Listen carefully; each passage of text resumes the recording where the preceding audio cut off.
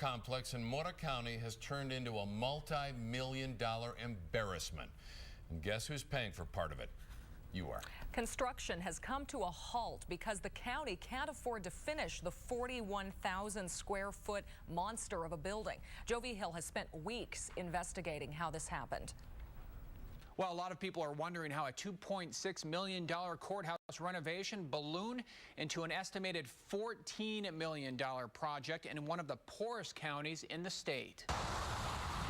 Well, most people in Mora live a modest life, but you may not guess that after seeing one building that doesn't quite fit in.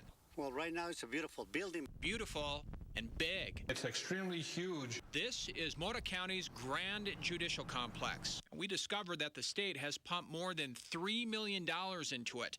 Mora County taxpayers will pay $2.6 million over 15 years, and the feds kicked in $500,000. So what have taxpayers received in return? Not much. Now we don't have money to finish, and we don't know what we're going to do to finish it. The pricey two-story shell doesn't even have back doors. It's just real sad to see that this has happened to this poor community here in Mora. So how did a simple courthouse renovation cost 5 times more than it was supposed to?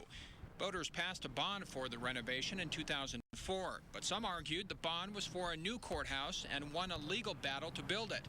That's when the cost skyrocketed. Early on, I think the estimates were like 9 to 11, and then as the project evolved, it became 11 to, with inflated, depending on when they would build it, up to $13 million. Project architect Antonio Ortega recently briefed the newly elected county commission about the courthouse. He says former commissioners wanted to go big, more than doubling the size of the old courthouse by adding district court, the sheriff's department, and MVD office. Former commissioner and acting county manager at the time, Peter Martinez, along with project liaison Gino Mays, were heavily involved in the project. During the design phase, Ortega says the firm kept telling commissioners they couldn't afford their dream complex. But they came to you and said, we want it all. We want it all. District court, we want Yes. sheriffs in there, we want magistrate, we want everything. Yes, Didn't they? yes, they did. But commissioners were hoping for a big payday from someone who had the pull to make it happen. Governor Bill Richardson. We have learned that in 2007, the governor met with Ortega, Martinez, Mays, and others in Santa Fe. Ortega says Richardson told commissioners he would provide money to finish the building if the county started it. Urged them to move forward, and that monies would be forthcoming. Did you say how much money would come? No. So with just a promise and no money in hand, it was full steam ahead. But according to this report from the architect, it became apparent that the money might not come. So what the county did was build what it could with the money it had. The result? This shell. I think when a building like this goes out to bid, I think what they should have done was had the money in hand to build a building. New Commission Chair Paula Garcia says officials are now looking for ways to salvage the project. There's discussion about asking the state for more money and maybe even a new bond. Don't you think people would pound on the doors here with pitchforks if you come to them for more money after what happened already? It's very possible.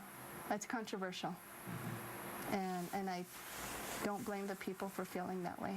For now, these portable buildings serve as the county courthouse in the shadow of one of the finest looking unfinished buildings in the state. Some residents say there's some damage in the building, in part because it was left open so long without windows.